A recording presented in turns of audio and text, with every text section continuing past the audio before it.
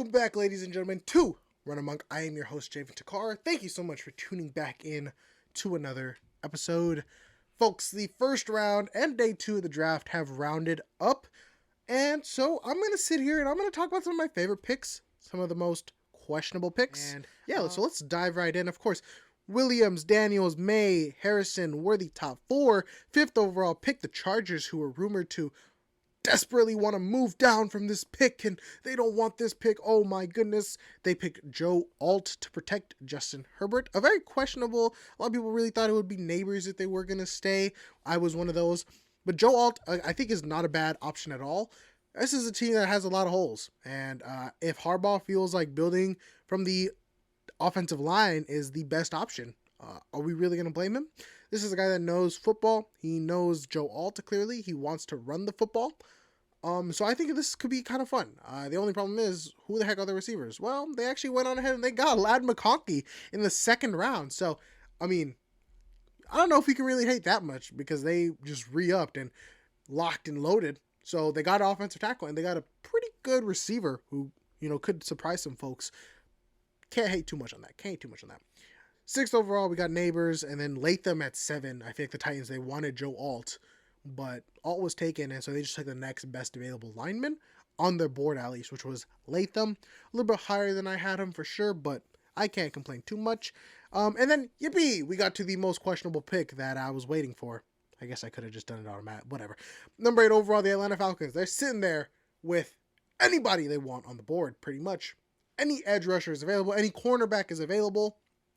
Heck, you can even go offensive lineman. They pick Washington lefty Mr. Michael Penix Jr. What?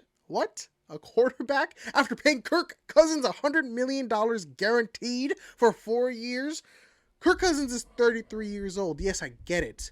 If you draft the youngest quarterback in this class, JJ McCarthy, that's a little bit more understanding. But you take the oldest, who's going to be dang near 30 by the time his rookie contract 5th-year option is up? Hello? So I don't know exactly what the Atlanta Falcons are doing. Not a good look from the head coach. Not a good look from the GM.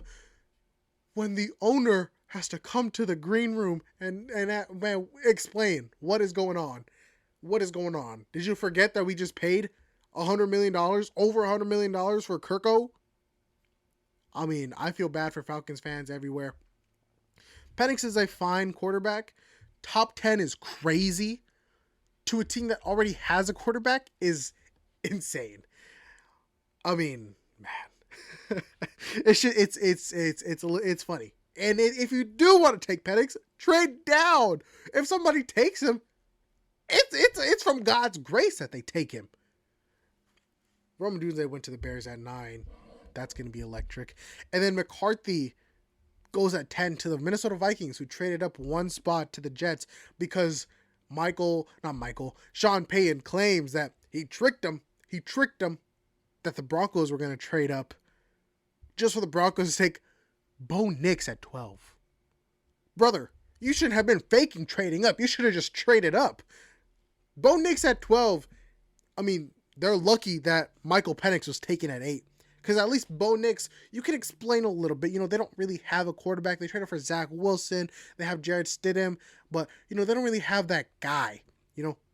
Bo Nix, at least you're throwing him into the mix and he could be your starter. Penix is not going to start for the next 2-3 seasons. Hello?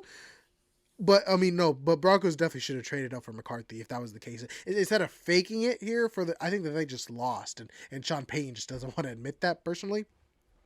The Jets got Fashanu at 11 then with the Vikings pick. Oh, I think McCarthy to the Vikings is very solid, by the way. And the Vikings got to hold on to their later pick, which was, I want to say 23. Yeah, so they got to hang on to their 23rd pick and then trade that up to 17 with the Jaguars and pick up Dallas Turner.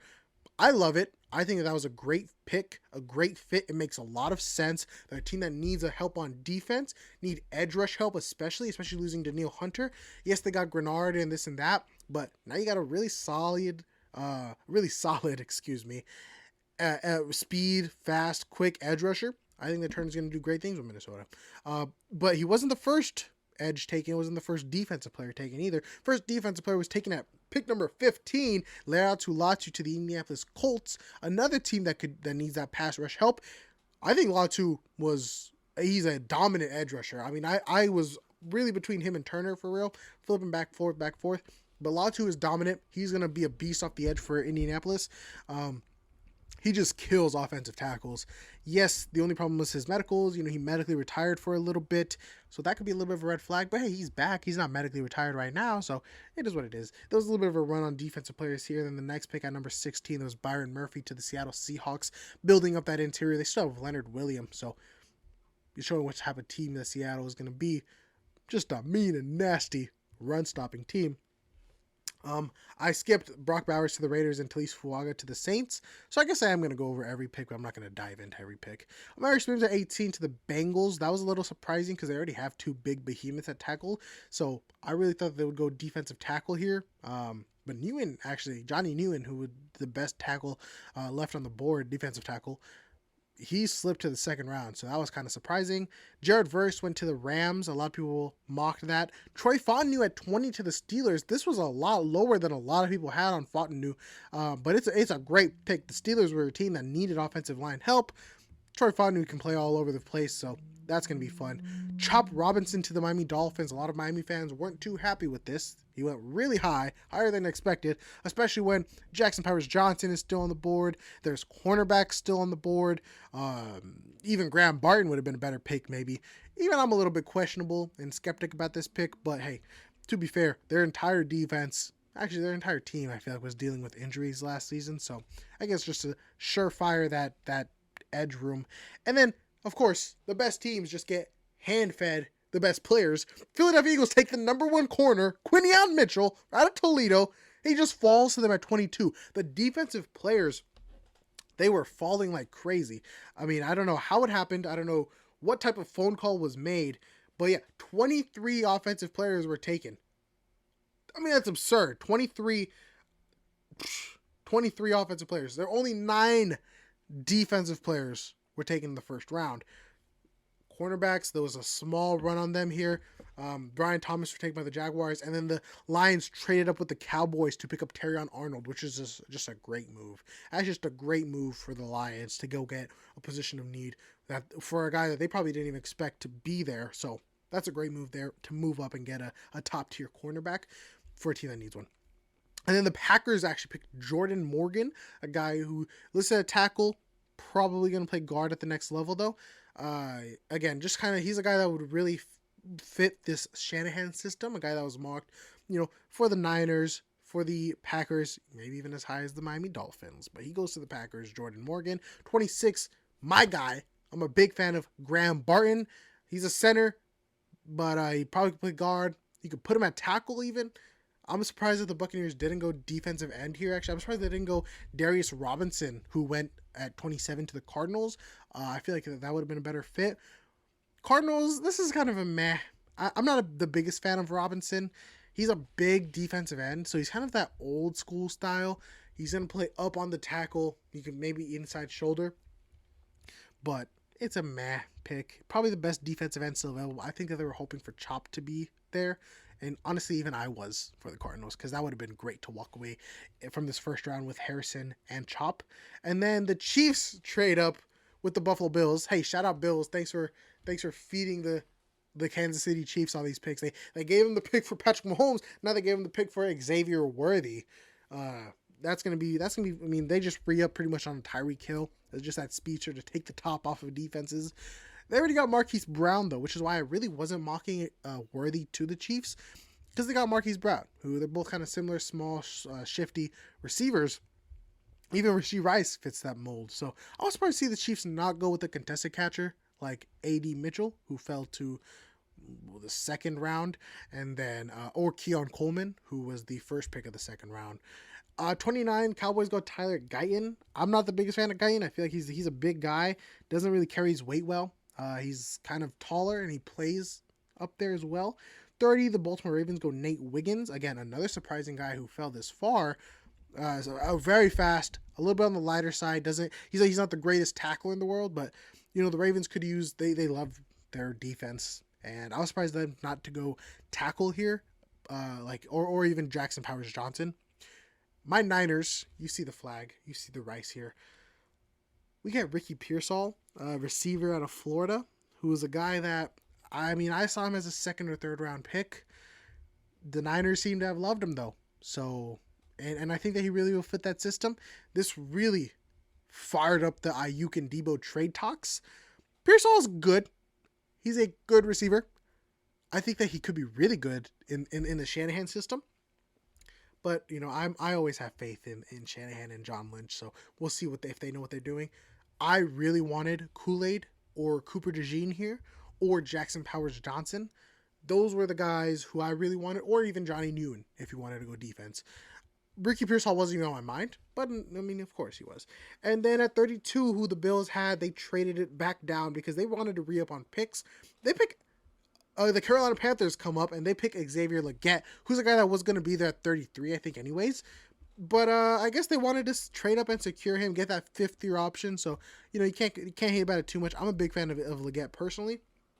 I think that he's going to be really, really solid. A lot of people, kind of comp him to DK Metcalf. That's kind of some high praise, but he very well could be. He's a big, strong receiver. He's fast. I like him.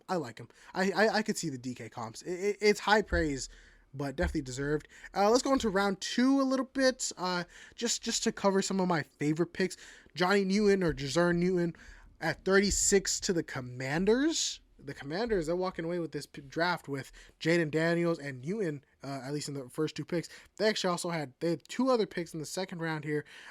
Mike Sanistril and Ben Sinnott. I think Ben Sinnott was a little bit questionable. There's some really good tight ends still available. Tavion Sanders, I believe, is even still on the board as you're watching this after round 3. Let's see. Who else do we got? Jalen Polk to the New England Patriots. Again, I already mentioned Coleman and Ladd McConkey to the Chargers. We got Tavondre Sweat to the Tennessee Titans. I feel like he went a little bit higher than a lot of people expected. The Rams traded up for Braden Fisk, which was surprising. And then Cooper DeJean falls to the Philadelphia Eagles at pick number 40. The Eagles now got Cooper DeJean and Quinyon Mitchell, 2 of the probably top 3 cornerbacks in this entire class. Insane.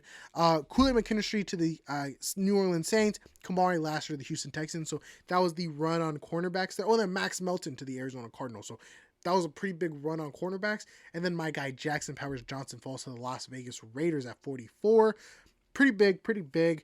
Anything else I really want to talk about? Oh, yeah. So Roger Rosengarten went to the Baltimore Ravens. So, again, that tackle position that I was saying that they needed to re-up on, the Baltimore Ravens, they fill that in with Washington's tackle, Roger Rosengarten, who's solid. And then the Chiefs and Niners, they swap picks. The Chiefs pick Kingsley Suamataia, who is a guy that I wanted. I think he has a lot of potential. Definitely more of a developmental tackle. And then the Niners got a very underrated cornerback in Renardo Green, who locked down Malik Neighbors, let the record show. And then in the third round, Cooper Beebe to the Dallas Cowboys at 73. Very underrated. He may not be the greatest guard in the world, but he'll do his thing. Blake Corum went to the Los Angeles Rams, not the Chargers. I know that John Harbaugh was upset seeing that. He should have picked him at 69. Said they went Junior Colson. And then the last pick in the third round, Luke McCaffrey, Christian McCaffrey's brother. That is going to wrap it up. There were some other picks that I want to talk about. But just to cut some time, not to waste your time here, just to tell you if these guys are dogs or not, if they're worth mentioning. If you want to get more in depth, check out the TikTok. Everything will be in the description below. The TikTok, the Instagram, all the good stuff. This has been a fun draft. And we still got more rounds going. So I will see y'all when I cover it, probably on the Sunday show, Morley. Probably my 3 winners, 3 losers or something like that. The most underrated draft picks. We'll see what we do. I will see y'all in the next video. I'm your host, Javen Takar. Check out the description below. Like, subscribe, comment. Let me know what you think. And yeah, that's going to wrap it up. Peace out, folks.